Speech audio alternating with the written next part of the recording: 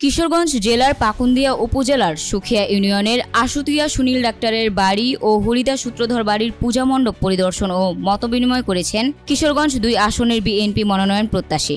পাকুন্দিয়া উপজেলা বিএনপির আহ্বায়ক ও জেলা দায়রা জজ কোর্টের পিপি অ্যাডভোকেট জালাল উদ্দিন, পাকুন্দিয়া ও কটিয়াদি উপজেলার বিএনপির নেতৃবৃন্দ ও বিএনপির অন্যান্য অঙ্গ সংগঠনের নেতাকর্মীরাও উপস্থিত ছিলেন। সুখিয়া ইউনিয়ন বিএনপি ও তার সহযোগী অঙ্গ সংগঠনের অসংখ্য নেতৃবৃন্দ ও কর্মীরা অ্যাডভোকেট জালাল উদ্দিনকে বরণ করে নেন। পূজা মণ্ডপ পরিদর্শনে অ্যাডভোকেট জালাল উদ্দিন বলেন, ধর্মীয় সংস্কৃতি বজায় রাখা ও সকলের সাথে সৌহার্দ্যপূর্ণ আচরণ করতে হবে এবং সনাতন ধর্মাবলম্বীদের সর্বোচ্চ বড় উৎসব দুর্গাপূজা সুষ্ঠু ও সুন্দরভাবে যেন উদযাপিত হয় সেজন্য সকলের সুদৃষ্টি ও সহযোগিতা কামনা করেন।